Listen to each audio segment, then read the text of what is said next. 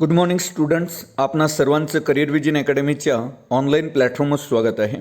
आज आपण आगामी राज्यसेवा मुख्य परीक्षा तसेच महाराष्ट्र राजपत्रित संयुक्त मुख्य परीक्षा गट ब व गट क तसेच आगामी TCS पॅटर्नच्या नगर परिषद भरती अभ्यासक्रमाच्या अनुषंगाने एक महत्त्वाचा अभ्यासक्रम घटक अभ्यासणार आहोत आणि तो म्हणजे नगर परिषद. सर्वप्रथम आपण नगर परिषदेची पार्श्वभूमी समजून घेऊ. पार्श्वभूमीमध्ये एक बाब लक्षात ठेवा का ग्रामीण भागातील लोक आपल्या आजूबाजूला असणाऱ्या लहान शहरामध्ये जेव्हा अनेक कारणांना स्थलांतर करतात, मग ते लग्न असो, शिक्षण असो, रोजगार असो इत्यादी कारणामुळं ज्यावेळेस ते स्थलांतर करतात त्यावेळेस शहराच्या मूलभूत ज्या सुविधा असतात त्यावर ताण येऊन पडतो आणि नागरिकांना सर्वोत्तम सुविधा पुरवल्या जाव्यात यासाठी त्या शहरांचा विकास करणे हे शासनाचं कर्तव्य असते. तर त्यासाठी शासन लहानशा शहरी भागामध्ये नगर परिषदेसारख्या म्हणा किंवा नगरपंचायतीसारख्या नागरी स्थानिक स्वराज्य संस्थांची स्थापना करते. महाराष्ट्रात नागरी विभागाच्या स्थानिक प्रशासनाचं कार्य हाताळण्यासाठी नगरपंचायत, नगरपरिषद आणि महानगरपालिकांची स्थापना केली जाते. विशेषतः मोठ्या नागरी भागासाठी महानगरपालिकेची स्थापना केली जाते, तर लहान शहरी भागासाठी एकतर नगरपंचायत किंवा मग नगरपरिषदेची स्थापना केली जाते. तर एक बाब आणखी लक्षात ठेवा का नगरपरिषद हा नागरी शासन संस्थेचा प्रकार आहे. नगरपरिषदा या लहान शहरी भागासाठी निर्माण केल्या जातात. भारतामध्ये नागरी स्थानिक स्वराज्य संस्थेच्या स्थापनेची सुरुवात 1726च्या मुंबईतील मेयर कोर्टाच्या स्थापनेपासून झालेली आपल्याला पाहायला मिळते. महाराष्ट्रात सर्वात पहिली जे नगरपालिका आहे ती 1793मध्ये मुंबई येथे स्थापन करण्यात आली होती. हा एक मुद्दा खूप महत्त्वाचा आहे का भारतामध्ये नागरी स्थानिक स्वराज्य संस्थेच्या स्थापनेची सुरुवात कधीपासून झाली, तर आपण पाहिलं सन 1726पासून मुंबईतील मेयर कोर्टाच्या स्थापनेपासून.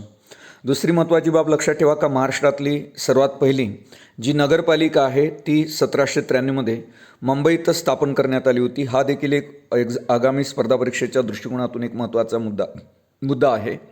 त्यानंतर आपण जर 1960मध्ये तुम्हाला माहीत असेल महाराष्ट्र राज्याची स्थापना झाली.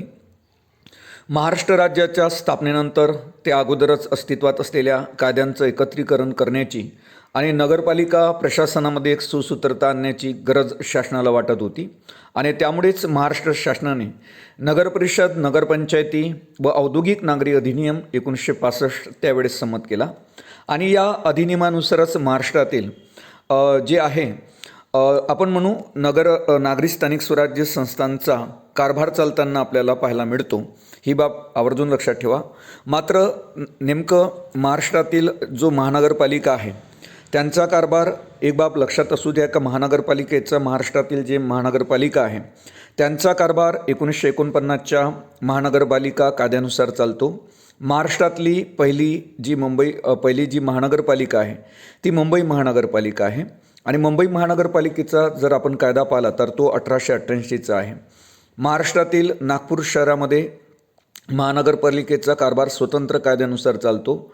नागपूर महानगरपालिका जर आपण कायदा पाहिला तर तो 1948चा आपल्याला पाहायला मिळतो. त्यानंतर हा पण एक लक्षात ठेवा का महाराष्ट्रामध्ये कोणत्या 2 शहरांसाठी महानगरपालिकेचा स्वतंत्र कायदा आहे. एक म्हणजे मुंबई महानगरपालिका कायदा 1888 आणि दुसरा म्हणजे नागपूर महानगरपालिका कायदा 1948.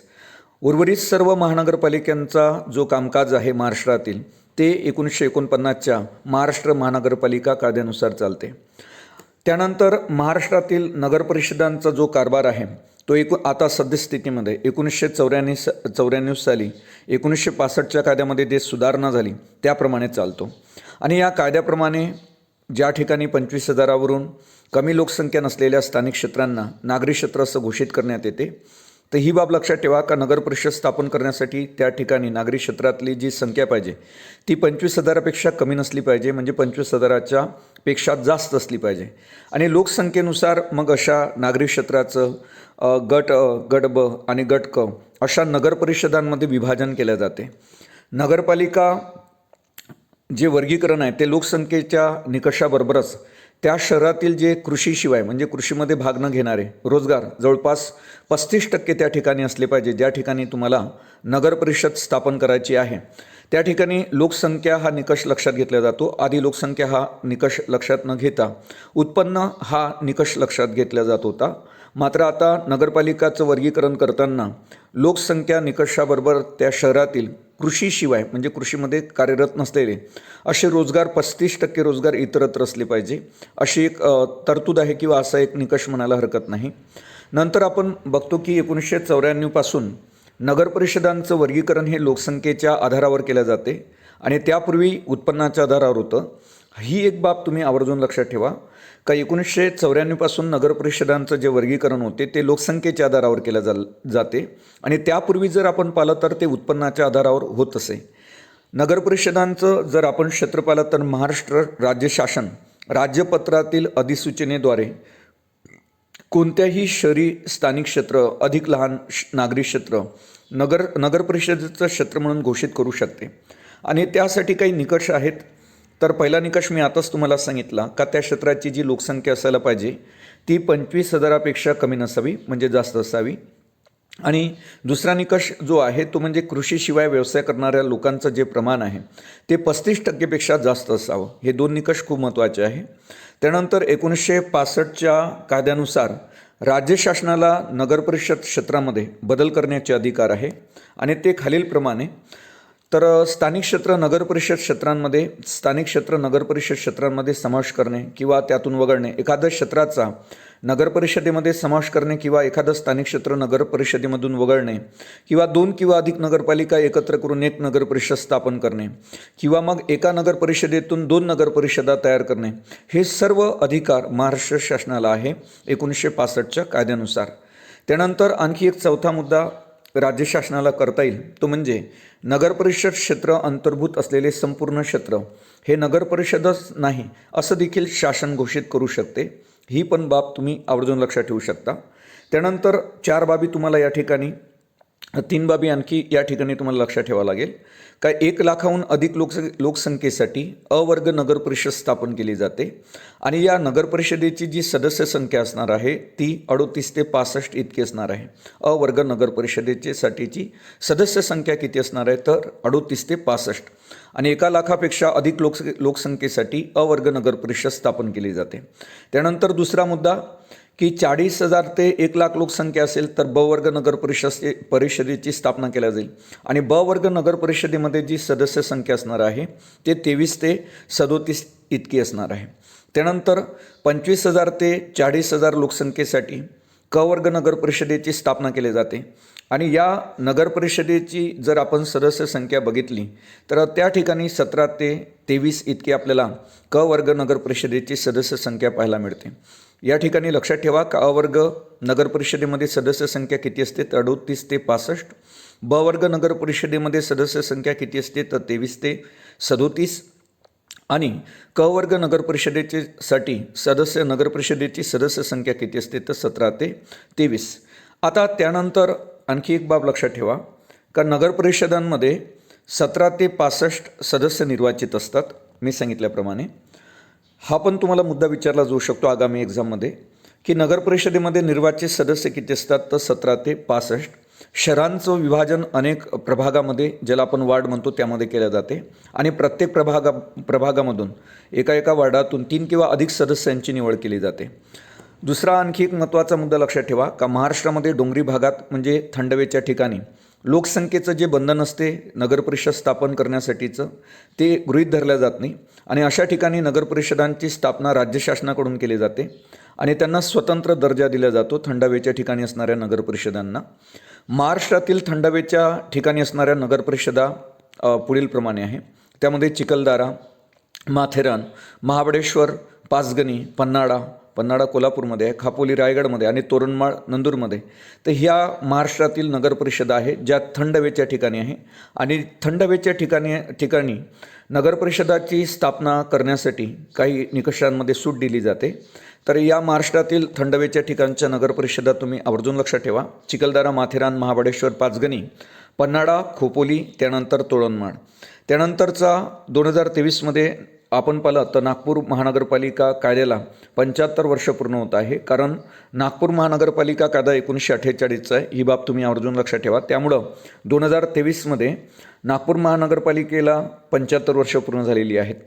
त्यानंतर स्थानिक स्वराज्य संस्थांना घटनात्मक दर्जा देण्यासाठी तुम्हाला माहीत असेल एल सिंघवी समिती 1986मध्ये नेमण्यात आली होती आणि त्यांच्या शिफारसीनुसारच भारताच्या राज्यघटनेमध्ये 73वी आणि 74वी घटनादुरुस्ती करण्यात आलेला आपल्याला पाहायला मिळते.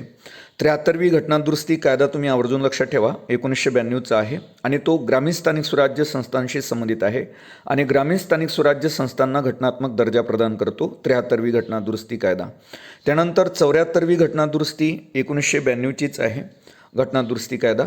तर 74वी घटनादुरुस्ती कायदा 1992चा आहे आणि या घटनादुरुस्तीने नागरी स्थानिक स्वराज्य संस्थांना घटनात्मक दर्जा प्रदान करण्यात आलेला आहे. 73व्या घटनादुरुस्तीने भारताच्या राज्यघटनेमध्ये काही बदल केलेत ते तुम्ही आवर्जून लक्षात ठेवा. ते देखील आगामी सर्व प्रकारच्या स्पर्धा परीक्षांसाठी महत्त्वाचे आहेत. 73वी घटनादुरुस्तीनं भारताच्या राज्यघटनेमध्ये 11वं परिशिष्ट जोडले आणि एक भाग जोडला तो म्हणजे 9 फक्त भाग 9च जोडला आणि हा भाग भारताच्या राज्यघटनेला जोडलेला आहे आणि त्या भागाचं नाव पंचायत आहे. पंचायत राज असं आपल्याला म्हणायला हरकत नाही. आणि या 73व्या घटनादुरुस्तीने भारताच्या राज्यघटनेमध्ये 29 कार्यात्मक बाबी टाकलेल्या आहेत. त्यानंतर या 73व्या घटनादुरुस्तीची जी अंमलबजावणी आहे ती तुम्ही आवर्जून लक्षात ठेवा का 73व्या घटनादुरुस्तीची अंमलबजावणी 24 एप्रिल 1993 पासून करण्यात आली. त्यामुळे 24 एप्रिल हा जो दिवस आहे तो पंचायत राज दिन म्हणून साजरा केला जातो. ही बाब तुम्हाला आवर्जून लक्षात ठेवावी लागेल. त्यानंतर आपण 74व्या घटनादुरुस्तीविषयी बघणार आहोत. 74वी घटनादुरुस्ती 1992ची आहे. भारताच्या राज्यघटनेमध्ये या 74व्या घटनादुरुस्तीने 12वे परिशिष्ट जोडले आणि याच घटनादुरुस्तीने भारताच्या राज्यघटनेमध्ये एक भाग ॲड केला तो म्हणजे 9 हा भाग भारताच्या राज्यघटनेला जोडला या 74व्या घटनादुरुस्तीने आणि त्या भागाचं नाव आहे नगरपंचायत. त्यानंतर या भागामध्ये 18 कार्यात्मक बाबी आहे. ही बाब देखील तुम्हाला लक्षात ठेवावं लागेल का 74व्या घटनादुरुस्तीने भारताच्या राज्यघटनेमध्ये विशेषतः एक भाग जोडला तो म्हणजे नगरपंचायत ज्याला आपण 9 म्हणतो आणि त्याच्यामध्ये किती कार्यात्मक बाबी आहेत तर त्या कार्यात्मक बाबी म्हणजे 18. त्यानंतर महाराष्ट्र शासनाची जी आर्थिक पाहणी आहे 23-24ची तर त्यामध्ये आपल्याला असं पाहायला मिळते का भारतामध्ये म्हटल्यापेक्षा महाराष्ट्रामध्ये 239 नगरपरिषदा आहेत आणि नगरपरिषदांची जे निर्वाचित सदस्य संख्या असते ती आपण आधीच पाहिली 17 ते 65 इतकी. त्यानंतर नगरपरिषदेची स्थापना कोण करेल तर नगरपरिषदेची स्थापना शासन करेल. लोकसंख्या किमान किती असावी ती आपल्याला माहीत आहे. लोकसंख्या ही 25,000पेक्षा कमी नसावी म्हणजे ती जास्त असावी. त्यानंतर बिगर कृषी क्षेत्रातील रोजगाराचं जे प्रमाण असावं ते 35%पेक्षा अधिक असावं. आता या ठिकाणी पदाधिकारी लक्षात ठेवा. नगराध्यक्षांची मतदाराकडून प्रत्यक्ष निवड होते. 74वी घटनादुरुस्ती 1994 सालापासून अनुसूचित जाती जमाती मागासवर्ग यातील सदस्य यांच्यासाठी नेमून दिलेल्या पद्धतीनं नगरपरिषद क्रमशः रोस्टर पद्धतीनं राखून ठेवल्या जाते. त्यानंतर नगराध्यक्ष हा नगराचा प्रथम नागरिक मानला जातो. तो नगरपरिषदेच्या प्रशासनावर व आर्थिक व्यवहारांवर लक्ष ठेवतो किंवा देखरेख ठेवतो आणि त्यांच्या गैरहजेरीत म्हणजे नगराध्यक्षाच्या गैरहजेरीमध्ये त्यांचे जे कार्य असते ते उपाध्यक्ष पाहतो. त्यानंतर नगराध्यक्ष जो आहे आपला राजीनामा हा सर्वात महत्त्वाचा मुद्दा आहे आगामी सर्व स्पर्धा परीक्षांसाठी. का नगरपरिषदेचा नगराध्यक्ष आपला राजीनामा कोणाकडे देतो तर तो जिल्हाधिकारी यांच्याकडे सुपूर्त करतो आणि उपाध्यक्ष आपला जो राजीनामा देतात तो नगराध्यक्षाकडे देतात. नगराध्यक्षाला अविश्वासाच्या ठरावाद्वारे पदमुक्ता करता येते. तथापि त्याची निवड झाल्यापासून तर हा देखील एक महत्त्वाचा मुद्दा आहे का 2 वर्षाच्या काळापर्यंत त्याच्यावर अविश्वास ठराव आणता येत नाही नगरपरिषदेच्या अध्यक्षावर. मग या ठिकाणी एक प्रश्न निर्माण होतो की नगरपरिषदेच्या अध्यक्षावर निवड झाल्यापासून किती वर्षापर्यंत अविश्वासाचा ठराव दाखल करता येत नाही तर 2 वर्षापर्यंत. आणि नगरपरिषदेचे नगराध्यक्ष आपला राजीनामा कोणाकडे देतात तर जिल्हाधिकाऱ्याकडे. आता नगरपरिषदेच्या एकूण 7 समित्या आहे त्या देखील तुम्ही आवर्जून लक्षात ठेवा. नगरपरिषदेच्या एकूण 7 समित्या आहे त्यामधली जी महत्त्वाची समिती आहे ती म्हणजे स्थायी समिती सर्वात महत्त्वाची आहे. स्थायी समितीचे अध्यक्ष स्वतः नगर परिषदेचे अध्यक्षच असतात. त्यानंतर सार्वजनिक बांधकाम समिती आहे, पाणीपुरवठा आणि जलनिस्सारण समिती आहे, शिक्षण समिती आहे, स्वच्छता व आरोग्य समिती आहे आणि 1992 पासून एक समिती नेमण्यात आली, ती म्हणजे महिला आणि बालकल्याण समिती. मग नगर परिषदेमध्ये महिला व बालकल्याण समिती कोणत्या वर्षापासून कार्यरत आहे? तर 1992 पासून. आणि सोबत नियोजन आणि विकास समिती देखील नगर परिषदेमध्ये आहे. अशा पद्धतीने या 7 समिती आवर्जून लक्षात ठेवा. स्थायी समिती सर्वात महत्त्वाची समिती आहे, सार्वजनिक बांधकाम समिती आहे, त्यानंतर पाणीपुरवठा जलनिस्सारण समिती आहे, शिक्षण समिती आहे, स्वच्छता आरोग्य समिती आहे, महिला व बालकल्याण समिती 1992 पासून कार्यरत आहे आणि नियोजन आणि विकास समिती देखील आहे. आता प्रत्येक समितीमध्ये स्वतःच्या प्रत्येक जे समिती असते ते स्वतःच्या खात्याबाबत योजना आखते आणि कार्यवाही देखरेख देखील करते. स्थायी समितीविषयी थोडी आणखी माहिती जाणून घ्या. स्थायी समिती या समितीच्या कामात माहिती ना, ज्या काही समिती असतात बाकीच्या स्थायी समितीला सोडून, त्या समित्यांच्या कामामध्ये सुसूत्रता आणणे, त्यांच्या निर्णयांची अंमलबजावणी करणे यासाठी स्थायी समितीची योजना करण्यात आलेली आपल्याला पाहायला मिळते. नगराध्यक्ष हे स्थायी समितीचे पदसिद्ध अध्यक्ष असतात, ही बाब आवर्जून लक्षात ठेवा.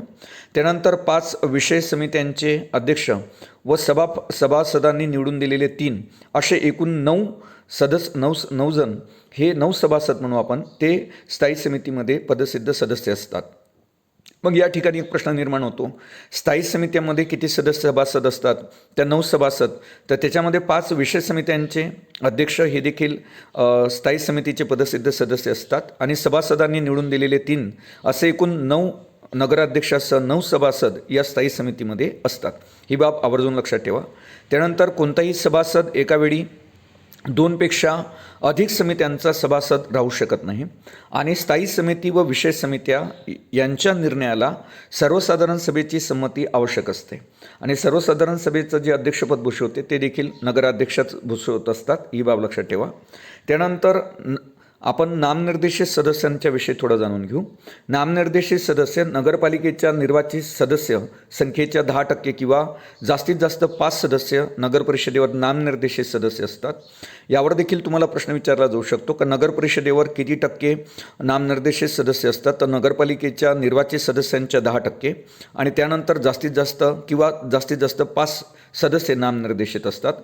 त्यानंतरचा मुद्दा लक्षात ठेवा का जे नामनिर्देशित सदस्यांची निवड नगर परिषदेच्या सार्वत्रिक निवडणुकीच्या पहिल्या बैठकीत नगर परिषदेत निवडून आलेल्या सदस्यांकडूनच केली जाते आणि संबंधित जे सदस्य आहे, जे नामनिर्देशित आहे, ते समाजसेवा, वैद्यकीय, व्यवसाय, नगरसेवक म्हणा किंवा नगरपालिकेवर मुख्य अधिकारी या पदाचा 5 वर्षाचा अनुभव असलेला व्यक्ती हा नामनिर्देशित सदस्य असू शकतो आणि नामनिर्देशित सदस्यांना सर्वसाधारण सभेत म्हणा किंवा विशेष समितीत मतदान करण्याचा अजिबात अधिकार नसतो आणि तसेच संबंधित सदस्याला नगर परिषदेचं नगराध्यक्ष किंवा उपनगराध्यक्षपद देखील या नामनिर्देशित सदस्यांना भूषवता येत नाही. त्यानंतर नामनिर्देशित सदस्यांच्या पात्रता तुम्हाला लक्षात ठेवावं लागेल. नामनिर्देशित सदस्यांच्या पात्रता पुढीलप्रमाणे आहे. नगर परिषदेच्या रुग्णालयात 5 वर्ष कार्य व सेवांचा अनुभव असावा अशा व्यक्तीला देखील नामनिर्देशित सदस्य म्हणून नेमता येते. त्यानंतर नगर परिषदेमधील कायदा व कामगार कायदेविषयक कामाचा अनुभव असावा अशा व्यक्तीला देखील नामनिर्देशित सदस्य म्हणून नेमता येईल. त्यानंतर नगर परिषदेवर 5 वर्ष काम करण्याचा अनुभव असावा अशा व्यक्तीला देखील नामनिर्देशित सदस्य म्हणून नेमता येईल आणि नगर परिषदेच्या मुख्याधिकारी व महानगरपालिकेत उपायुक्त किंवा सहाय्यक आयुक्त म्हणून 5 वर्ष कार्याचा अनुभव असावा अशा व्यक्तीला देखील, ज्यांना नगर परिषदेत मुख्याधिकारी किंवा महानगरपालिकेत उपायुक्त किंवा सहाय्यक आयुक्त म्हणून 5 वर्ष कामाचा अनुभव आहे, अशा व्यक्तींना देखील नगर परिषदेमध्ये ज्याला आपण नामनिर्देशित सदस्य म्हणून नेमता येईल. आणि नगर परिषदेच्या क्षेत्रातील जे NGO असतात, ज्याला आपण नॉन गव्हर्नमेंट ऑर्गनायझेशन म्हणतो, त्यामधले जे पदाधिकारी आहे त्यांना जर 5 वर्षाचा अनुभव असेल तर त्या व्यक्तींना देखील नामनिर्देशित सदस्य म्हणून नेमता येईल नगर परिषदेमध्ये. आता त्यानंतर पदसिद्ध सदस्यांच्या संदर्भात थोडं जाणून घ्या. पदनिर्देशित सदस्य नगरपालिका नगर परिषद क्षेत्रातले जे सर्व खासदार किंवा सर्व आमदार असतात तर हे नगर परिषदेचे पदसिद्ध सदस्य असतात. त्यांना सभेमध्ये भाग तर घेता येतो व त्यांना चर्चाही पण करता येते, पण त्यांना मतदान करता येत नाही. त्यानंतर नगर परिषदेच्या सदस्यांची पात्रता आवर्जून लक्षात ठेवा. नगर परिषदेचा सदस्य बनण्यासाठी तो व्यक्ती संबंधित शहराचा रहिवासी असला पाहिजे. त्यानं वयाची 21 वर्ष पूर्ण केली पाहिजे तरच त्याला निवडणूक लढवता येईल. मात्र मतदानासाठी वयवर्ष 18च पाहिजे, ही बाब लक्षात ठेवा. काही विद्यार्थ्यांना असं वाटते की नगर परिषदेला उभं राहण्यासाठी किंवा निवडणूक लढवण्यासाठी 18 वर्ष वय अट असेल. नाही, तर 18 वर्ष मतदानासाठी आहे. मात्र नगर परिषदेच्या निवडणुकीमध्ये उभं राहण्यासाठी 21 वर्ष पूर्ण झालेली असावीत. त्यानंतर एक तिसरा निकष बघा, 12 सप्टेंबर 2001 नंतर त्याला तिसरे अपत्य नसावे, ही सर्वात महत्त्वाची अट आहे. का कोणत्या तारखेनंतर त्याला तिसरं अपत्य नसावं, तर 12 सप्टेंबर 2001 नंतर त्याला तिसरंच अपत्य नसावं आणि तो कोणत्याही सरकारी नोकरीत किंवा शासकीय सेवेत नसावा. अशा नगर परिषदेच्या सदस्यांच्या पात्रता आहे. तर ह्या पात्रता पुन्हा लक्षात ठेवा का तो व्यक्ती संबंधित शहराचा रहिवासी असावा, त्यानं वयाची 21 वर्ष पूर्ण केलेली असावीत, 12 सप्टेंबर 2001 नंतर तिसरे अपत्य नसावे आणि तो व्यक्ती शासकीय सेवेमध्ये नसावा आणि नगरपालिकेचा थकबाकीदार नसावा, म्हणजे त्याच्या अंगावर कोणत्याही प्रकारचं नगरपालिकेचं टॅक्स नसावा, मग ते घर टॅक्स असो की पाणीपट्टी टॅक्स असो, तर या पद्धतीनं. त्यानंतर नगर परिषदेच्या काही निवडणुकाच्या संदर्भात आपण माहिती बघणार आहोत. नगरपालिकेच्या मतदारसंघाला वार्ड म्हणतात. नगरपालिकेचे वार्ड कोण पाडतात, तर नगरपालिकेचे जे किंवा नगर परिषदेचे जे वार्ड पाडतात ते जिल्हाधिकारी आणि प्रत्येक वार्डातून प्रत्यक्ष, प्रौढ आणि गुप्त मतदान पद्धतीच्या आधारावर सदस्यांची निवड केली जाते, नामनिर्देशित सदस्यांच्या व्यतिरिक्त. नंतर नगर परिषद सदस्यांच्या निवडणुकीचं आयोजन महाराष्ट्राचं राज्य निवडणूक आयोग करते. तुम्हाला माहीत असेल महाराष्ट्र राज्य निवडणूक आयोगाची स्थापना भारतीय राज्यघटनेच्या 243 के नुसार 26 एप्रिल 1994 रोजी करण्यात आली. ही बाब लक्षात ठेवा का महाराष्ट्र राज्य निवडणूक आयोगाची स्थापना भारतीय राज्यघटनेच्या कोणत्या कलमानुसार करण्यात आली, तर 243 के आणि नुसार 26 एप्रिल 1994 करण्यात आली. त्यानंतर 2016 पासून नगर परिषदांच्या सदस्यांची निवड बहुसदस्यीय पद्धतीनुसार होते. मग या ठिकाणी प्रश्न विचारण्यात येऊ शकतो का नगर परिषदाच्या सदस्यांची निवड बहुसदस्यीय पद्धतीनं कोणत्या वर्षापासून केली जाते, तर 2016 आणि प्रत्येक मतदाराला एक मत नगराध्यक्ष पदाच्या उमेदवारासाठी द्यावं लागते आणि तसेच एका प्रभागातून 2 सदस्य निवडल्या जात असतील तर त्यापैकी एक महिला सदस्यासाठी एक पद राखीव राहील, ही बाब देखील लक्षात ठेवा. त्याच्यानंतर त्याशिवाय आपल्या प्रभागाच्या सदस्य संख्येएवढे मग जेवढे प्रभागातून सदस्य उभे राहतील त्या सर्वांना तुम्हाला साधारण 3 ते 4 मते द्यावी लागतात. तर ही बाब आवर्जून लक्षात ठेवा का प्रभागामध्ये सदस्य संख्येएवढे साधारणतः 3-4 मते तुम्हाला द्यावं लागतील. आणि त्यानंतर अनामत जे आहे अनामत रक्कम, तर ते सर्वसाधारण सभेपूर्वी 1000 रुपये, अनुसूचित जाती जमातीसाठी जे आहे म्हणजे आपण आरक्षित जागांसाठी 500 रुपये आणि ओपन जागांसाठी 1000 रुपयाची तरतूद अनामत रक्कम म्हणून आहे. आता प्रत्येक उमेदवाराला नवीन तरतुदीनुसार आता प्रत्येक उमेदवाराला निवडणुकीत उभे राहताना किंवा उतरताना 10,000 रुपये अनामत रक्कम आयोगाने ठरवून दिलेली आहे, राज्य निवडणूक आयोगाने बंधनकारक केलेली आहे का तुम्हाला निवडणुकीत उभे राहण्यासाठी अनामत रक्कम 10,000 रुपये ठेवावी लागेल. पूर्वी ती सर्वसाधारण गटासाठी 1000 होती आणि आरक्षित जागांसाठी ती 500 रुपये होती. आता जर 1/8 मते एकूण वैध मताच्या जर 1/8 मते पडली नसतील तर ती अनामत रक्कम जप्त होईल. वैध मताच्या जर 1/8 मते पडली नसतील तर. आता एकापेक्षा आणखी काही मुद्दे लक्षात ठेवा का एकापेक्षा जास्त जागेवर निवडून आलेल्या सदस्यांना एक जागा सोडून उर्वरित जागांचा जो राजीनामा आहे तो निवडणूक निकालापासून 7 दिवसांच्या मुदतीत राज्य निवडणूक आयोगानं प्राधिकृत केलेल्या अधिकाऱ्याकडे म्हणजेच जिल्हाधिकाऱ्याकडे राजीनामा दिला पाहिजे. अन्यथा त्या व्यक्तीच्या त्या सदस्याच्या सर्व जागा रिक्त होण्याची दाट शक्यता असते. तर ही बाब आवर्जून लक्षात ठेवा.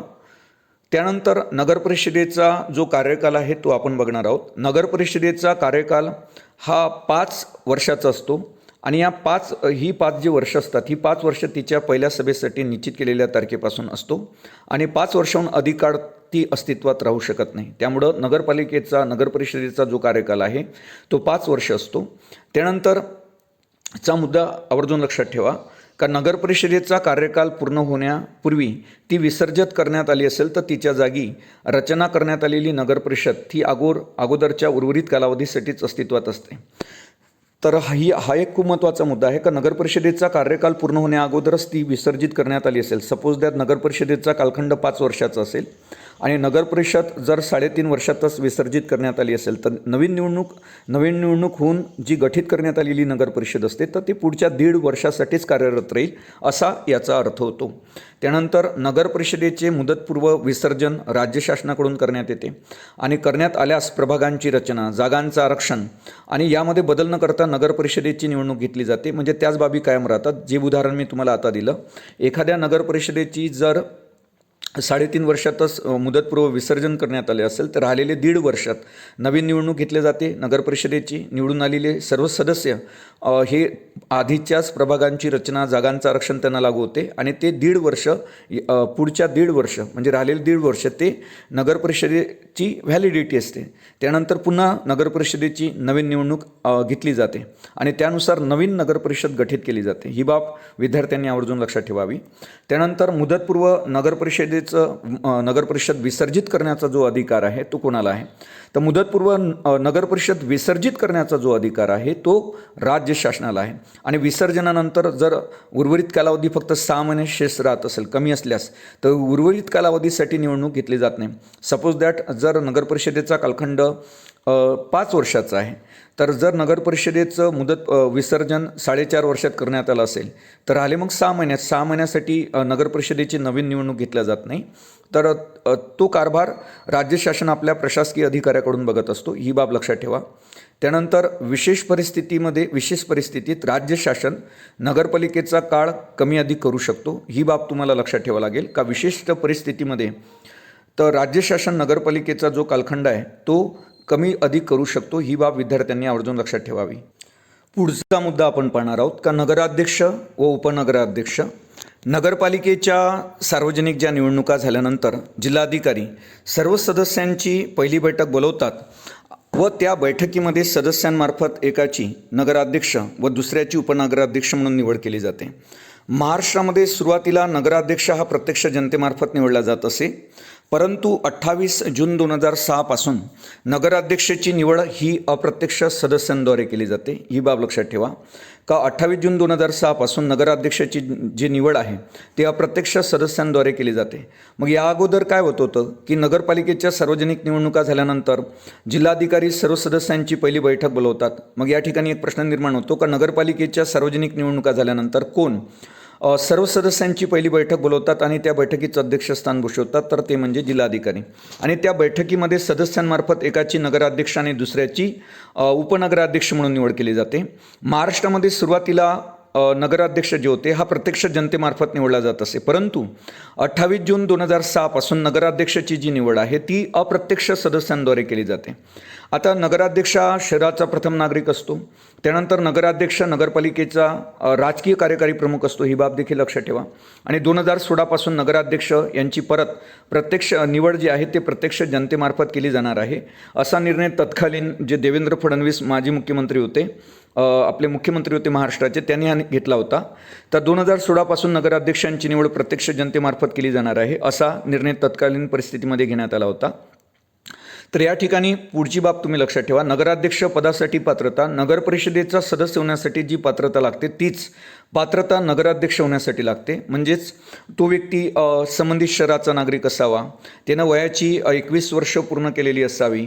हे दुसरी पात्रता आहे का त्या व्यक्तीनं नगराध्यक्षपदासाठी निवडणूक लढवणाऱ्या व्यक्तीने वयाची 21 वर्ष पूर्ण केलेली असावी. तो नगरपालिकेचा सदस्य असावा. राज्य निवडणूक आयोगानं वेळोवेळी ठरवलेल्या अटी त्याने मान्य केल्या पाहिजे किंवा त्या अटींची त्याने पूर्तता केली पाहिजे. आणि 12 सप्टेंबर 2001 नंतर त्याला तिसरं अपत्य नसावं. अशा या पात्रता नगरपरिषदेच्या अध्यक्ष होण्यासाठी नगराध्यक्षाच्या पदासाठी आहेत. ही बाब आवर्जून लक्षात ठेवा. आरक्षण थोडं आपण पाहू. आरक्षणाच्या संदर्भात महिलांना तुम्हाला माहीत असेल मूळतः तर 73व्या घटनादुरुस्तीनं 63% आरक्षण महिलांसाठी दिलेले होते. आणि आपण पाहिलं 2011 पासून तर महाराष्ट्रामध्ये स्थानिक स्वराज्य संस्थांमध्ये, मग त्या ग्रामीण स्थानिक स्वराज्य संस्था असो की नागरी स्थानिक स्वराज्य संस्था असो, त्यामध्ये महिलांना 50% आरक्षण आहे. ओबीसी यांना 37% आहे, 37 म्हणतो, 27% आहे. आणि अनुसूचित जे जाती जमाती आहे त्यांना लोकसंख्येच्या प्रमाणात महाराष्ट्रात स्थानिक स्वराज्य संस्थांमध्ये आरक्षण दिले जाते. त्यानंतर महाराष्ट्र नगर परिषदा नगरपंचायती व औद्योगिक नागरी अधिनियम 1965 नुसार अध्यक्ष उपाध्यक्षांची निवड निर्वाचित प्रतिनिधी करतात.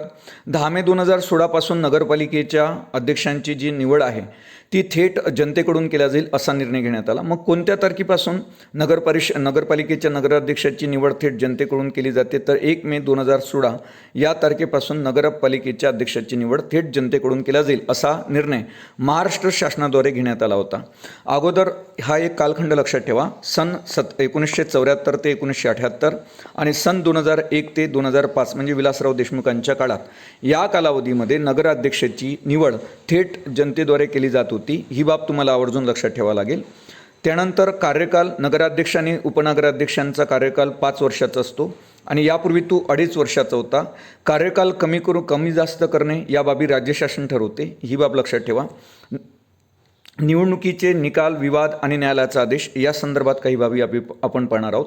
सार्वत्रिक निवडणुकीनंतर निकाल जाहीर होताच 2/3 सदस्य निवडून आल्यास नगर परिषदेची रचना झाल्याचं मानलं जाते. हा एक महत्त्वाचा मुद्दा आहे का सार्वत्रिक निवडणुकीनंतर निकाल जाहीर होता 2/3 सदस्य जर निवडून आले असेल तर परिषदेची रचना झाली असल्याचं मानलं जाते. सदस्यांची नावे महाराष्ट्र राज्य सरकार राजपत्रात निवडणूक आयोग जाहीर करते. तर राजपत्रात हे प्रसिद्ध केले जाते सदस्यांची नावे ते राज्य निवडणूक आयोग करते आणि प्रसिद्धीपासून तर 10 दिवसात हरकत घेता येईल तुम्हाला जर काही अडचण असेल निवडणुकीच्या संदर्भात. आणि हरकत घेण्यासाठी जिल्हा न्यायदंडाधिकाऱ्याकडे तुम्हाला अर्ज करावा लागेल. तर या ठिकाणी आपण पाहतो की जे न्यायालय आहे ते खालील प्रकारचा आदेश देऊ शकते. 1 म्हणजे निवडणूक रद्द करणे, 2 म्हणजे नामनिर्देशित केलेल्या सर्व काहींची उमेदवारी रद्द करणे आणि भ्रष्टाचारावरून दोषी आढळल्यास 2 ते 6 वर्ष अपात्र करणे.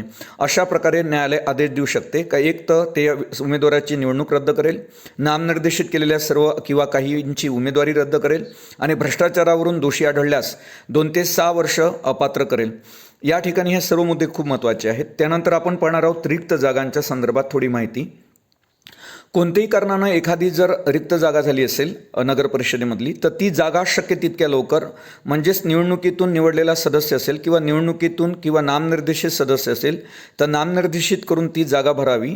आणि नगर परिषदेचा उर्वरित जो कालखंड जर 6 महिने राहिला असेल तर कोणतीही जागा भरण्यात येणार नाही. आणि सदस्यांच्या रिकाम्या झालेल्या जागेबाबत मुख्याधिकारी जो असतो ज्याला आपण सीओ म्हणतो चीफ ऑफिसर तो 15 दिवसाच्या आत राज्य निवडणूक आयोगाला कळवेल. सांगण्याचं तात्पर्य असं का नगर परिषदेची एखादी जर जागा रिकामी झाली असेल रिक्त झाली असेल ती निवडणूक घेऊन म्हणा किंवा नामनिर्देशित करून तात्काळ भरण्यात यावी. आणि त्या संदर्भात रिकामी झालेल्या जागेसंदर्भात मुख्याधिकारी 15 दिवसाच्या आत राज्य निवडणूक आयोगाला रिक्त जागेच्या संदर्भात माहिती पुरवतात किंवा कळवतात. त्यानंतर आपण अविश्वासाच्या ठरावाच्या संदर्भात काही माहिती बघणार आहोत. नगरपरिषद सदस्यांनी विशेष सभेत एकूण सदस्यापैकी कमीत कमी 103 सदस्यांनी ठराव मांडून आणि 203 सदस्यांनी पारित करून तर अशा प्रकारे अविश्वास ठराव मांडला जातो का ज्यासाठी नगरपरिषदेत विशेष सभेत जवळपास सदस्यांनी कमीत कमी 103 सदस्यांनी ठराव मांडावा आणि तो 203 सदस्यांनी पारित करावा. त्यानंतर असं केल्यास आणि जर महिला नगराध्यक्ष असेल तर त्यांच्या संदर्भात अविश्वासाचा ठराव मांडण्यासाठी 304 बहुमतानं तो पारित करणं गरजेचं असते.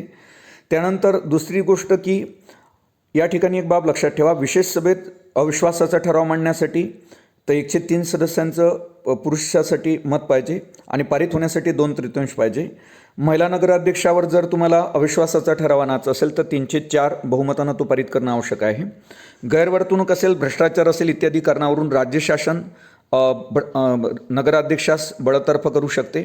आणि नगराध्यक्ष उपनगराध्यक्ष सलग 6 महिने गरजदार असेल तर त्याचं सदस्यत्व रद्द होते.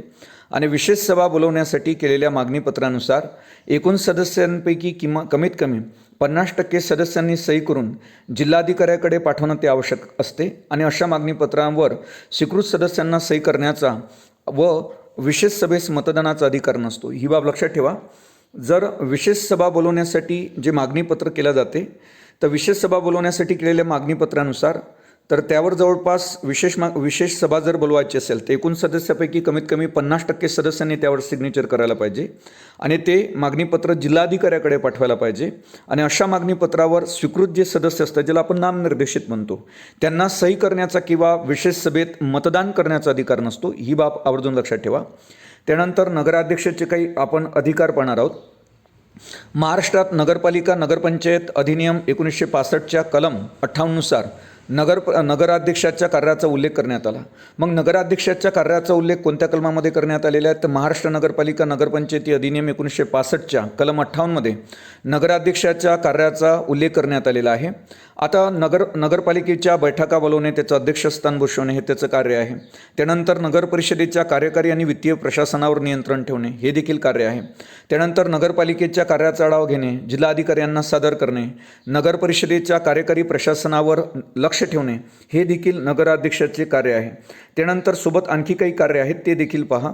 का राज्य शासनाने वेळोवेळी सोपवलेली कार्य देखील नगर परिषदेच्या नगराध्यक्षांना पार पाडावी लागतात. मुख्याधिकाऱ्याच्या कार्यावर देखरेख ठेवणे आणि नियंत्रण ठेवणे हे देखील कार्य नगर परिषदेच्या अध्यक्षाला करावं लागते. जिल्हाधिकारी आणि राज्य शासन यांना वेळोवेळी अहवाल देणे, माहिती देणे हे देखील कार्य त्या नगराध्यक्षाचं आहे. आणि संबंधित शहरासाठी विविध विकासात्मक योजना तयार करण्याचं काम देखील नगर परिषदेच्या नगराध्यक्षाला करावं लागते. शहराचा प्रथम नागरिक या नात्याने विविध कार्यांचे प्रतिनिधित्व त्याला करावं लागते. नगर परिषदेच्या कार्यावर आणि कर्मचाऱ्यावर देखरेख ठेवणे, नियंत्रण ठेवणे हे देखील त्याचं कार्य आहे. त्यांच्याकडून आवश्यक ती माहिती मागवणे आणि ती तपासणे हे देखील कार्य त्या नगराध्यक्षाला करावं लागते. शहरातील विविध विकास कामावर देखरेख आणि नियंत्रण ठेवण्याचं काम देखील नगराध्यक्षाला म्हणजेच नगर परिषदेच्या नगराध्यक्षाला करावं लागते. आता या ठिकाणी नगराध्यक्षाच्या अधिकारातली आपण थोडी वाढ पाहत आहोत. नगर परिषदेच्या नगराध्यक्षाला 2016 पूर्वी मर्यादित कार्य आणि अधिकार होते. मे 2016 पासून, विशेषतः 10 मे 2016 पासून या अधिकारामध्ये वाढ करण्यात आलेली आपल्याला पाहायला मिळते. तर पहिली गोष्ट लक्षात ठेवा, त्या वाढी किंवा त्या अधिकारात वाढ खालीलप्रमाणे आहे. तर पहिला मुद्दा आहे नगर परिषदेची पहिली जी सभा आहे ती बोलवण्याचा व अध्यक्षस्थान भूषवण्याचा आता अधिकार 2016 पासून नगर परिषदेच्या नगराध्यक्षांना देण्यात आला. नगर परिषदेची पहिली सभा बोलवण्याचा व अध्यक्षस्थान भूषवण्याचा अधिकार आता 10 मे 2016 पासून नगराध्यक्षाला देण्यात आला. आधी तो अधिकार जिल्हाधिकाऱ्याला होता. ही एक त्याच्या अधिकारात म्हणजे नगराध्यक्षाच्या अधिकारात केलेली वाढ आहे. नामनिर्देशित सदस्यांच्या नावाची घोषणा करणे हा देखील त्याला अधिकार देण्यात आला नगराध्यक्षाला. त्यानंतर उपनगराध्यक्षाच्या निवडणुकीत समान मते पडल्यास निर्णायक अतिरिक्त मत देण्याचा जो अधिकार आहे तो नगराध्यक्षाला देण्यात आला. त्यानंतर चौथा मुद्दा, नगर परिषदेतील 25% रक्कम खर्च करण्याचा जो अधिकार आहे आता नगराध्यक्षाला देण्यात आला. ही सर्वात मोठी तरतूद आपल्याला पाहायला मिळते का नगर परिषदेतील 25% रक्कम खर्च करण्याचा अधिकार जो आहे तो आता नगराध्यक्षांना मिळालेला आहे. त्यानंतर आणखी एक बदल लक्षात ठेवा जो 5 मध्ये देण्यात आला. कलम 58 हेच 1965च्या कायद्यातील कलम 58 मधील उपकलम 1 नंतर पोट कलम त्यामधली 1A ज्याला आपण 1A म्हणतो, यामधील तरतुदींच्या अधीन थेट निवडून आलेल्या अध्यक्षाला वेळोवेळी राज्य शासनाकडून विहित करण्यात येईल अशा विकास कामांच्या प्रस्तावांना मंजुरी देण्याचे अधिकार देखील या दुरुस्तीनं आपल्याला दिलेले पाहायला मिळते. त्यानंतर जेव्हा राज्य शासनाकडून प्राप्त झालेल्या अनुदानामधून करावयाच्या विकास कामांना वित्तीय मान्यता देण्याबाबत कोणती विनिर्दिष्ट सूचना जर राज्य शासनाची नसेल तर आणि नगर परिषदेला विकास कामे निवडण्याचा जर अधिकार असेल तेव्हा त्याला मंजुरी देण्याचे जे अधिकार आहे ते नगराध्यक्षाला आहे. ही बाब तुम्ही आवर्जून लक्षात ठेवा. कारण या ठिकाणी आपल्याला पाहायला मिळते जेव्हा राज्य शासनाकडून प्राप्त झालेलं जे अनुदान आहे, अनुदानातून करावयाच्या विकास कामांना वित्तीय मान्यता देण्याबाबत कोणतीही राज्य शासनाची जर विनिर्दिष्ट सूचना नसेल आणि नगर परिषदेला जर विकास कामे निवडण्याचा विवेकाधिकार असेल तेव्हा त्याला मंजुरी देण्याचे अधिकार देखील आपल्याला नगराध्यक्षाला असलेले पाहायला मिळतात. आता राजीनामा लक्षात ठेवा. नगराध्यक्ष आपला राजीनामा जिल्हाधिकाऱ्याकडे देतो, तर नगर परिषदेचे जे सदस्य असतात किंवा उपाध्यक्ष असतात ते आपला राजीनामा नगराध्यक्षाकडे देतात. ही बाब आवर्जून लक्षात ठेवा. त्यानंतर आपण थोडं प्रशासकीय अधिकारी पाहू. नगर परिषदेचे ज्यांना आपण CEO म्हणतो, मुख्याधिकारी म्हणतो. मुख्याधिकारी हा नगर परिषदेचा प्रमुख प्रशासकीय अधिकारी आहे. मुख्याधिकाऱ्याची नेमणूक राज्य शासनाकडून केली जाते. ही बाब लक्षात ठेवा का मुख्याधिकारी हा नगर परिषदेचा प्रशासकीय प्रमुख असतो. मुख्याधिकाऱ्याची जी नेमणूक केली जाते ती राज्य शासनाकडून केली जाते. मुख्याधिकारी नगर परिषदेचे निर्णय काय करतात तर अंमलात आणतात. नगर परिषदेचा अर्थसंकल्प तयार करणे, नगर परिषदेचे हिशोब ठेवणे, सर्व कर्मचाऱ्यांवर देखरेख ठेवणे इत्यादी कामे देखील या प्रशासकीय अधिकाऱ्याला म्हणजेच मुख्याधिकाऱ्याला करावी लागतात. आता महाराष्ट्रात नगरपालिका, नगरपंचायती जो महाराष्ट्राचा अधिनियम आहे, महाराष्ट्र नगरपालिका नगरपंचायती औद्योगिक नागरी अधिनियम 1965च्या नुसार प्रत्येक नगरपालिकेसाठी, नगरपालिका म्हणा किंवा नगर परिषदेसाठी एक प्रशासकीय प्रमुख असतो आणि मुख्याधिकारी हेच नगर परिषदेचे पदसिद्ध सचिव असतात. जर तुम्हाला विचारण्यात आलं नगर परिषदेचे पदसिद्ध सचिव कोण असतात तर मुख्याधिकारी. पात्रता या ठिकाणी लक्षात ठेवा, मुख्याधिकारी होण्यासाठी तो पदवीधर असावा, महाराष्ट्राचा रहिवासी असावा, त्याची निवड MPSCद्वारे केली जाते, महाराष्ट्र लोकसेवा आयोगाद्वारे. त्याचा दर्जा हा क्लास 1 आणि क्लास 2चा असू शकतो. पद त्याचं मुख्याधिकारीच असते. प्रशासकीय नियंत्रण जिल्हाधिकाऱ्याचं असते त्यावर प्रशासकीय नियंत्रण. तसं तर आपण पाहतो हे प्रशासकीय नियंत्रण लक्षात ठेवा की मुख्याधिकाऱ्यावर प्रशासकीय नियंत्रण कुणाचं असते तर जिल्हाधिकाऱ्याचं, आणि BDOवर कुणाचं असते तर मुख्य कार्यकारी अधिकारी जे असतात ZPचे त्यांचं. नंतर रजा, वेतन आणि राजीनामा, त्याची बढतर्फी या सगळ्या बाबी राज्य शासन ठरवत असते मुख्याधिकाऱ्याचे. त्यानंतर पुढं आपण पाहणार आहोत मुख्याधिकारी यांचं कार्य आणि अधिकार. प्रत्येक नगर परिषदेसाठी एक मुख्याधिकारी असेल आणि जो नगर परिषदेसाठी राज्य शासनाद्वारे मुख्याधिकाऱ्याच्या संवर्गातून नियुक्त केलेला असतो. राज्य शासनामधील समकक्ष तत्सम पद धारण करणाऱ्या इतर कोणत्याही अधिकाऱ्यांमधून प्रनियुक्तीने नियुक्त केलेला तो असू शकेल अधिकारी. त्यानंतरचा मुद्दा तुम्हाला लक्षात ठेवावा लागेल, जो तिसरा मुद्दा आहे, शासनाची सर्व धोरणे, योजना व कार्यक्रम यांच्या अंमलबजावणीसाठी शासनाचा प्रतिनिधी म्हणून तो कार्य करेल. आवश्यक त्या सर्व उपाययोजना तो करेल. चौथा मुद्दा आहे का तो केंद्र सरकार व राज्य शासनांच्या योजनांची अंमलबजावणी करण्यासाठी उत्तरदायी असेल मुख्याधिकारी, आणि तो राज्य शासनाने वेळोवेळी दिलेल्या निर्देशांचीही अंमलबजावणी करेल. पाचवा मुद्दा आहे का राज्य शासनाचा प्रतिनिधी म्हणून नगर परिषदेचे जे निर्णय आहे किंवा ठराव आहे ती अंमलात आणण्याची जबाबदारी त्याचीच असेल. राज्य शासनाचा प्रतिनिधी म्हणून नगर परिषदेनं घेतलेले जे निर्णय आहे किंवा पास केलेले जे ठराव आहे ते अंमलात आणण्याची जबाबदारी त्या मुख्याधिकाऱ्याची असेल. मुद्दा 6 आपण बघत आहोत. परंतु असा जर कोणताही निर्णय किंवा ठराव हा या अधिनियमाच्या किंवा 1965च्या अधिनियमाच्या किंवा इतर कोणत्याही तरतुदीच्या किंवा कोणतेही शासकीय धोरण म्हणा, नियम म्हणा किंवा शासनानं दिलेले निर्देश असन यांच्या विरुद्ध जर नगर परिषदेनं ठराव पास केला असेल, त्याचं उल्लंघन केलं असेल, तर तेव्हा असा निर्णय किंवा असा ठराव 3 दिवसाच्या जिल्हाधिकाऱ्याला सादर करणं हे मुख्याधिकाऱ्याची जबाबदारी असते. हा सर्वात महत्त्वाचा मुद्दा आहे का जर कोणताही असा निर्णय घेतला असेल नगर परिषदेनं किंवा असा ठराव पारित केला असेल ज्यामुळं 1965चा अधिनियम असो किंवा इतर कोणत्याही कायद्यांच्या तरतुदी किंवा कोणतेही शासकीय धोरण किंवा नियम, शासनानं दिलेले निर्देश यांच्या विरुद्ध जर तो ठराव असेल तर आणि या नियमांचं उल्लंघन करणारा तो ठराव असेल तर असा निर्णय किंवा असा ठराव 3 दिवसांच्या आत जिल्हाधिकाऱ्याला सादर करणे ही मुख्याधिकाऱ्याची जबाबदारी असते. हा सर्वात महत्त्वाचा पॉईंट आहे, ही बाब लक्षात घ्या. त्यानंतर 7वा मुद्दा आपण पाहणार आहोत. नगर परिषदेच्या सर्व निर्णय आणि ठरावाची अंमलबजावणी करणे हे देखील कार्य त्या मुख्याधिकाऱ्याचं आहे. 8व्या नंबरचा मुद्दा आपण पाहत आहोत. नगर परिषदेच्या प्रशासकीय कार्यावर देखरेख ठेवणे. त्यानंतर 9वा मुद्दा आहे का लेखे आणि नोंदी, नगरपालिकेचे किंवा नगर परिषदेचे लेखे नोंदी पुस्तके ठेवण्याची व्यवस्था त्या मुख्याधिकाऱ्याला करावी लागते.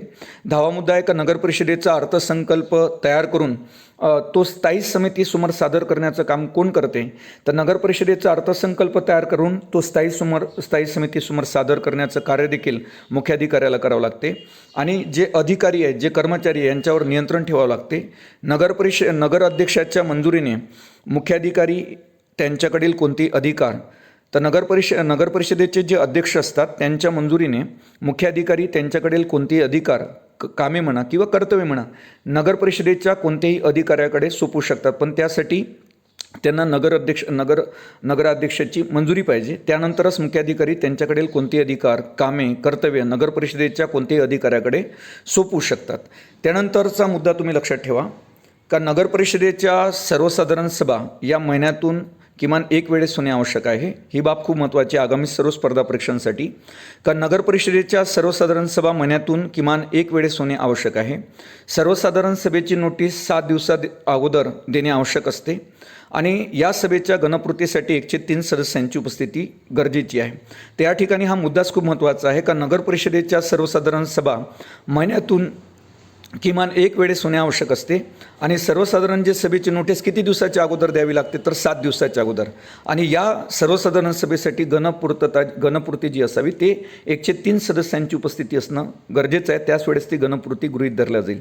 त्यानंतरचा मुद्दा लक्षात ठेवा, नगर परिषदेच्या विशेष सभा घेण्यासाठी जर नगर परिषदेची विशेष सभा घ्यायची असेल तर एकूण सदस्यांच्या 104 सदस्यांनी अध्यक्षाकडे मागणी केली पाहिजे विशेष सभेची. आणि विशेष सभेची मागणी केल्यानंतर 15 दिवसाच्या आत विशेष सभा बोलवली जाते नगर परिषदेच्या अध्यक्षाकडून आणि विशेष सभेची जी नोटीस दिली जाते ते 3 दिवसाच्या अगोदर आणि सर्वसाधारण सभेची जी नोटीस दिली जाते ते 7 दिवसाच्या अगोदर. हे दोन्ही मुद्दे लक्षात ठेवा.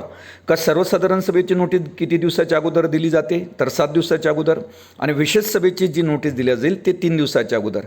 आणि विशेष सभा नगर परिषदेची विशेष सभा घेण्यासाठी एकूण सदस्यांच्या 104 सदस्यांनी मागणी केली पाहिजे अध्यक्षाकडे. तर अध्यक्ष मागणी केल्यानंतर 15 दिवसाच्या आत विशेष सभा बोलवतात आणि विशेष सभेची नोटीस 3 दिवसाच्या अगोदर सदस्यांना दिली जाते. त्यानंतर विशेष सभेची गणपूर्तीसाठी एकूण संख्येच्या 102 सदस्य असणं गरजेचं आहे. ही पण खूप महत्त्वाची बाब आहे. का विशेष सभेच्या गणपूर्तीसाठी एकूण किती सदस्य असणं गरजेचं आहे तर 102 आणि अध्यक्ष आवश्यक वाटेल तेव्हा 1 दिवसाची नोटीस देऊन देखील विशेष सभा बोलवू शकतात. तर अध्यक्षांना जर वाटेल तर ते 1 दिवसाची नोटीस देऊन देखील विशेष सभा बोलवू शकतात. ही बाब देखील तुम्ही आवर्जून लक्षात ठेवा. हिशोब तपासणी आपण पाहत आहोत. नगर परिषदेच्या हिशोब तपासणी कोण करते तर नगर परिषदेची जी हिशोब तपासणी केली जाते ते स्थानिक निधी लेखापालाद्वारे. ही बाब लक्षात ठेवा. व जिल्हाधिकारी कार्यालयामार्फत या कार्यालयीन तपासणी केली जाते. तर हा एक खूप महत्त्वाचा मुद्दा आहे का नगर परिषदेची हिशोब तपासणी कोण करते तर नगर परिषदेची हिशोब तपासणी करते स्थानिक निधी लेखापाल. तर लेखापालाद्वारे केली जाते आणि त्यानंतर मग जिल्हाधिकारी कार्यालयामार्फत त्या कार्यालयीन तपासणी केल्या जाईल नगर परिषदेची. तर हे बाब लक्षात ठेवा का नगर परिषदेची कार्यालयीन तपासणी कोण करते तर जिल्हाधिकाऱ्यामार्फत केला जाईल आणि नगर परिषदेची हिशोब तपासणी कोण करेल तर स्थानिक निधी लेखापालाद्वारे केला जाईल. आता नगरपालिकेच्या बैठका लक्षात ठेवा. नगरपालिकेच्या एका वर्षाला 12 बैठका घेणे बंधनकारक आहे. गरजेनुसार त्यापेक्षा अधिक बैठका नगराध्यक्ष घेऊ शकतात आणि नगर परिषदेच्या सार्वत्रिक निवडणुकीनंतरच्या पहिल्या बैठकीचं अध्यक्षस्थान कोण भूषवतात तर नगर परिषदेच्या सार्वत्रिक निवडणूक झाल्यानंतर जी पहिली बैठक होते ना तर त्याचं अध्यक्षस्थान जिल्हाधिकारी भूषवत असतात. ही बाब विद्यार्थ्यांनी आवर्जून लक्षात ठेवावी. कारण नगर परिषदेच्या सार्वत्रिक निवडणुकीनंतर पहिल्या बैठकीचं अध्यक्षस्थान कोण भूषवतात तर जिल्हाधिकारी. त्यामध्येच अध्यक्ष आणि उपाध्यक्षाची निवड केली जाते. त्यानंतरचा मुद्दा आपण पाहणार आहोत सभा. तर नवीन सुधारित काही बदल आहेत ते लक्षात ठेवा.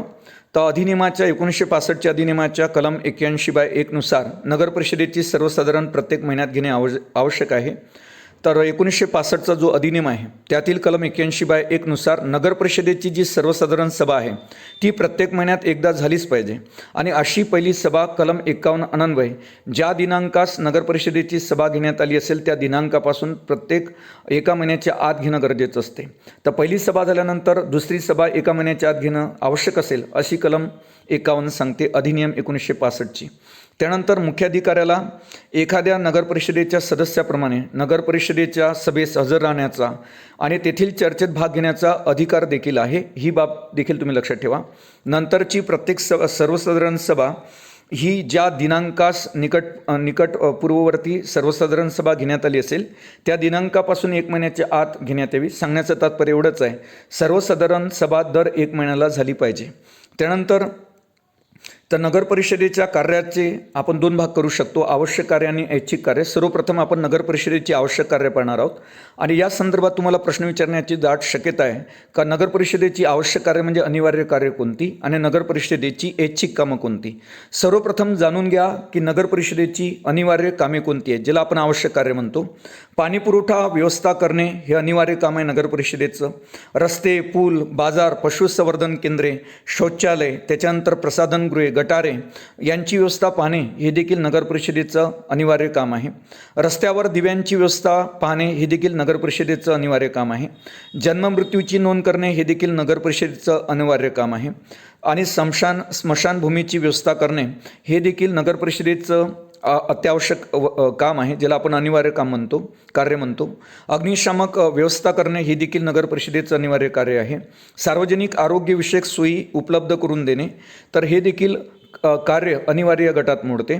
त्यानंतर प्राथमिक शिक्षणाची व्यवस्था करणे नगरपालिका क्षेत्रामध्ये, हे देखील नगर परिषदेचं एक अनिवार्य कार्य आहे. आणि कर संकलन करणे हे देखील नगर परिषदेचं अनिवार्य कार्य आहे. या पद्धतीने नगर परिषदेचे अनिवार्य कार्य आहे. पुन्हा एक वेळा लक्षात ठेवा, पाणी पुरवठ्याची व्यवस्था करणे, त्यानंतर रस्ते, पूल, बाजार, पशुसंवर्धन,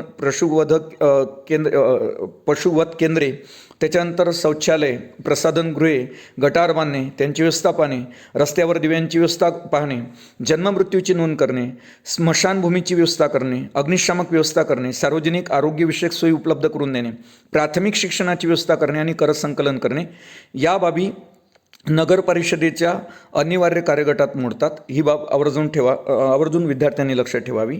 त्यानंतर आपण नगर परिषदेची काही ऐच्छिक कार्य बघणार आहोत. ऐच्छिक म्हणजे ते करणं अनिवार्य नाही. तर नगर परिषदेची ऐच्छिक कार्य ते पुढील प्रमाणे आहे. पहिलं आपण कार्य पाहणार आहोत नगर परिषदेचं ऐच्छिक कामामध्ये पहिलं काम आहे दवाखाने, पूर्व प्राथमिक शाळा, माध्यमिक शाळा, वाचनालय आणि ते स्थापन करून त्यात चालवणे. हे आपण पाहतो का हे आपल्याला ऐच्छिक कार्य पाहायला मिळते. मग नगर परिषदेचं ऐच्छिक कार्य कोणते, तर नगर परिषदेचं जे ऐच्छिक कार्य आहे दवाखाने, पूर्व प्राथमिक शाळा, माध्यमिक शाळा, वाचनालय स्थापन करणे. 2, नगर सभागृह बांधणे, बगीचे निर्माण करणे, वृक्षारोपण कार्यक्रम अंमलात आणणे, हे ऐच्छिक कार्यगटात मोडते. सर्वेक्षण करणे शहराचे, हे देखील ऐच्छिक कार्यात मोडते.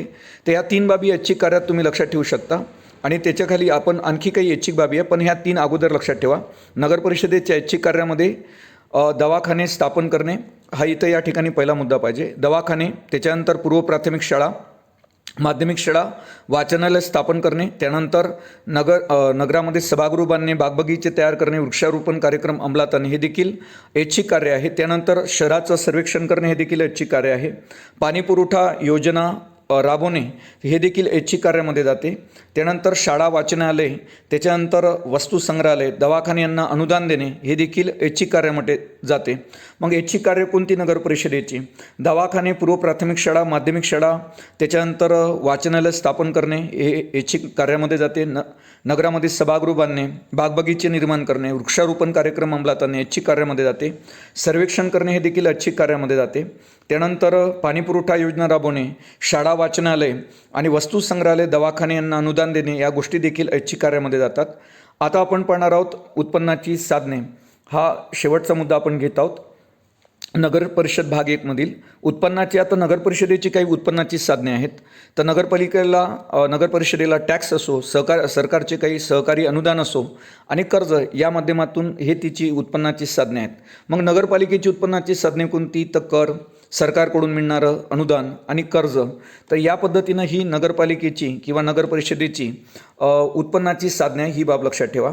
अशा पद्धतीनं आज आपण नगर परिषदेच्या संदर्भात काही ज्या महत्त्वाचे मुद्दे होते किंवा महत्त्वाच्या बाबी होत्या त्या जाणून घेतल्या. हा नगर परिषदेचा भाग 1 आहे. पुन्हा आपण भेटू नगर परिषदेच्या भाग 2 मध्ये. त्यामध्ये असतील पुढील राहिलेल्या काही बाबी. तोपर्यंत धन्यवाद.